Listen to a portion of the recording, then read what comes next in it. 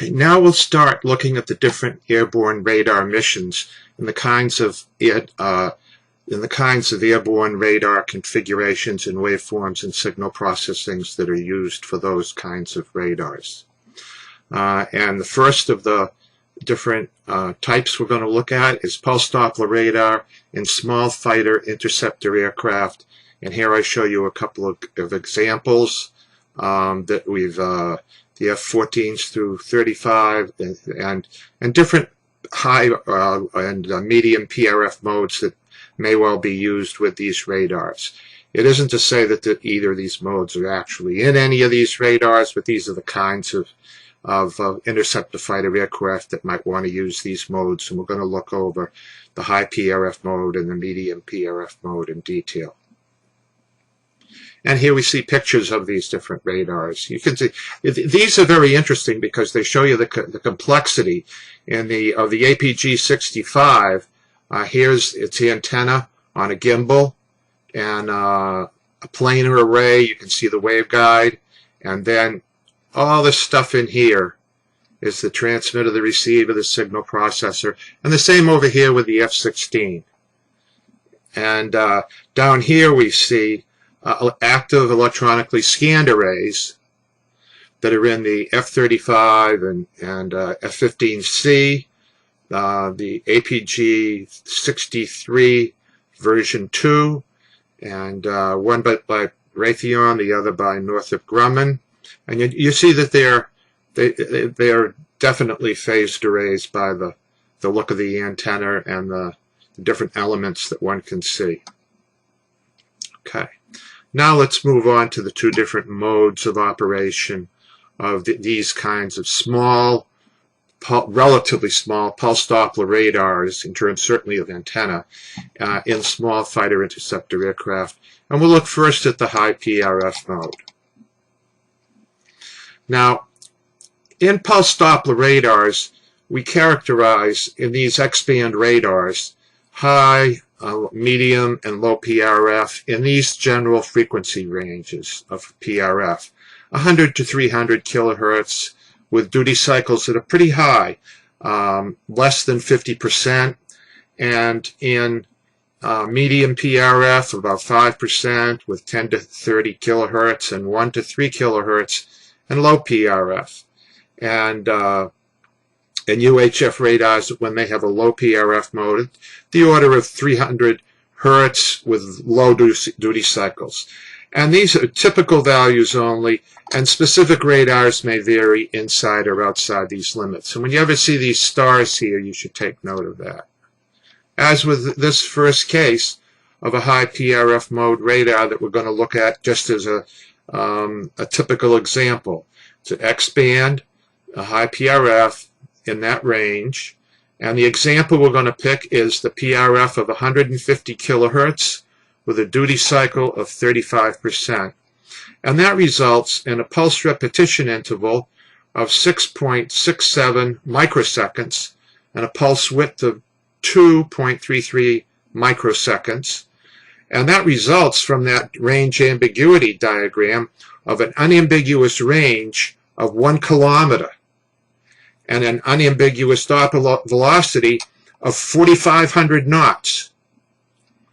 And then so for most fighter aircraft, the closing speed of them coming together would be less than 2,250 knots, so that it would be an unambiguous velocity measurement, but it's certainly very high ambiguities in range. So for these high PRF modes, the range is highly ambiguous, and we resolve these range ambiguities using the techniques which we discussed in Chapter 13. Doppler velocity is unambiguous.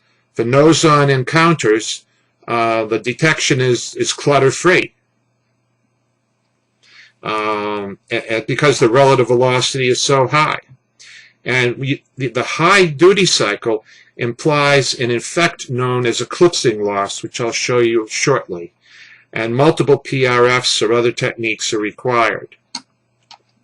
Now, of course, when we ascribed to one fighter aircraft, it might have several modes, a medium PRF mode, different medium PRF modes for different things, and also for different tactical things that it wants to do, and also it might have a high PRF mode. So a lot of these radars are multi-mode. Now let's look at the high PRF mode and look at just what range eclipsing is. And you can see here one pulse repetition interval, and we know that we're going to process through Doppler a whole load of these sections. Here's we transmit a pulse and then we listen. Here's the receive time. And we transmit the pulse, here it is, and we receive. And we do it a great number of times, many times the hundreds. And you can't receive when you're transmitting. And so if we have two targets coming in and one is in this range interval, you'll be able to receive because the receiver is turned on and the transmitter is turned off. But if we have a target which is in this range interval, we won't be able to see that target because it's eclipsed, we call it. And we have to deal with these eclipsing losses. And we do that by sending different sets of pulse repetition intervals. If this were a 50% duty cycle radar, we could just delay the beginning of a pulse by this amount, the pulse width, and then send it out. And then it could fill in this gap of time interval. And then use the same techniques that we described earlier for resolving ambiguities to resolve the ambiguity. And the range the range eclipsing loss is caused, as I said earlier, when the receiver cannot be receiving target echoes when the radar is transmitting. And this is significant, as we point out, in this this is probably 40 to 45% duty cycle radar. The transmit is on probably 45% of the time. And it can easily be, for high duty cycle radars, the loss can be 1 to 2 dB if you don't mitigate it. And I mentioned a way you could mitigate it by alternately sending out different sets of PRFs, offset one from the other, and unraveling things in the methods we talked about earlier in post-Doppler. Now, to reiterate, the high PRF post-Doppler radars, there are no Doppler velocity ambiguities. There are many range ambiguities, and there are significant range eclipsing losses. We can resolve range ambiguities easily by transmitting 3 redundant waveforms at different PRFs. And often only a single range gate is employed, but with a large Doppler filter bank. The antenna side lobes must be very low to minimize side lobe clutter. And short-range side lobe clutter often masks low radio velocity targets. And the high closing speed for the radar, they are detected at long range in the clutter-free zone of the radar. And range accuracy and the ability to resolve multiple targets can be poorer than with other waveforms because we don't have as the range cells won't be as accurate.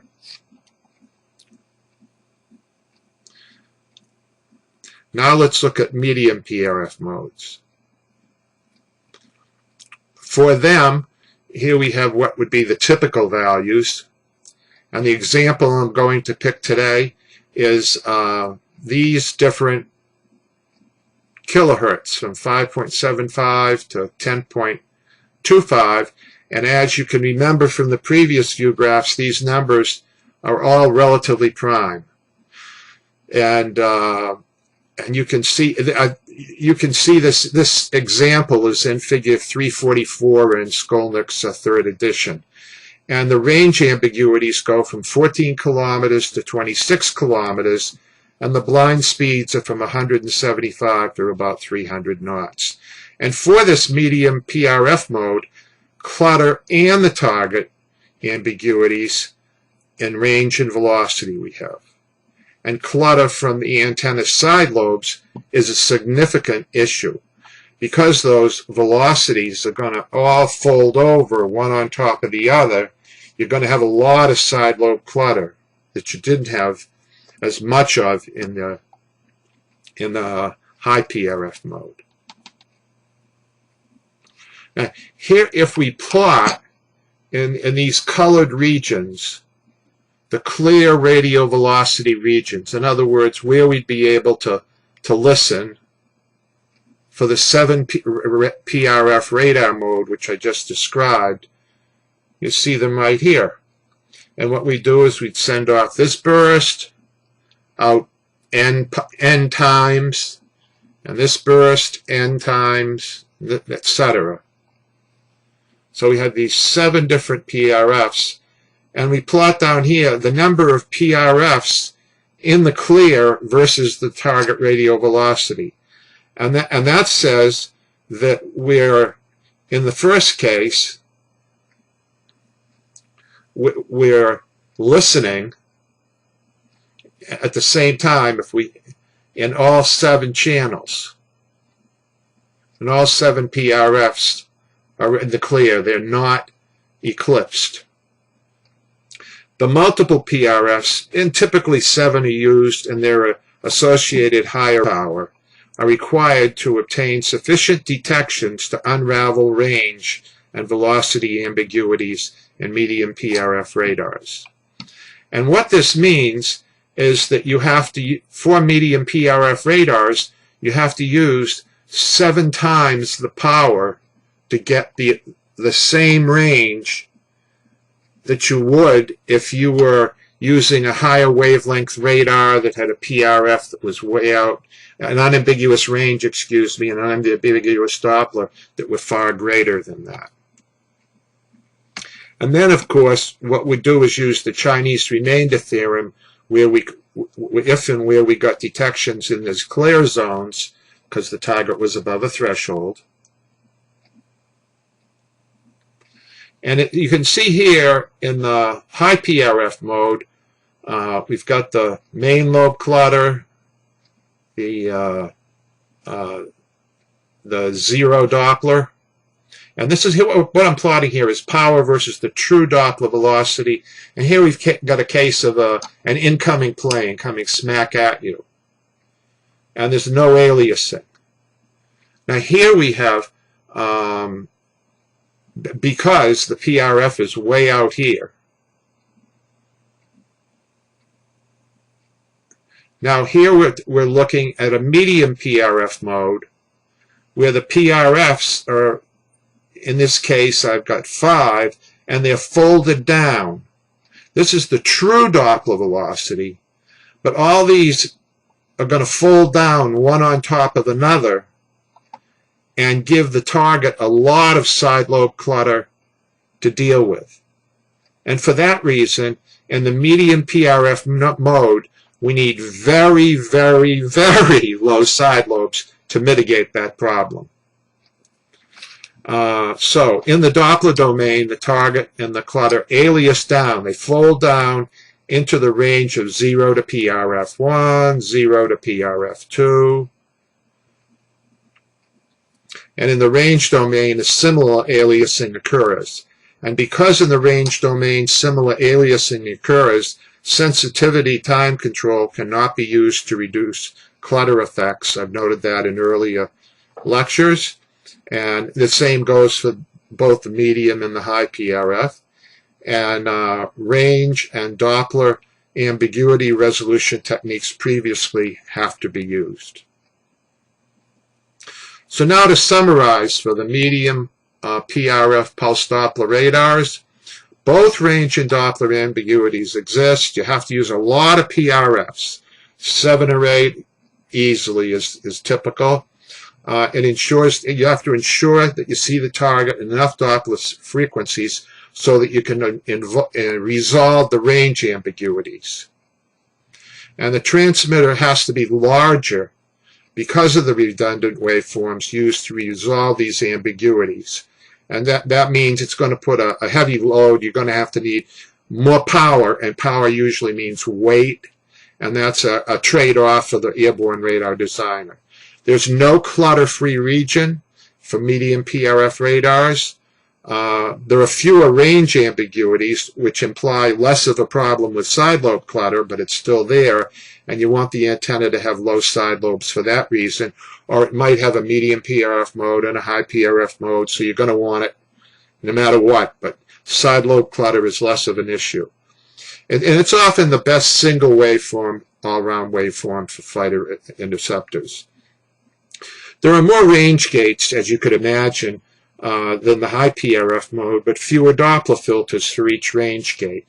And likewise, better range accuracy and Doppler resolution than high PRF systems.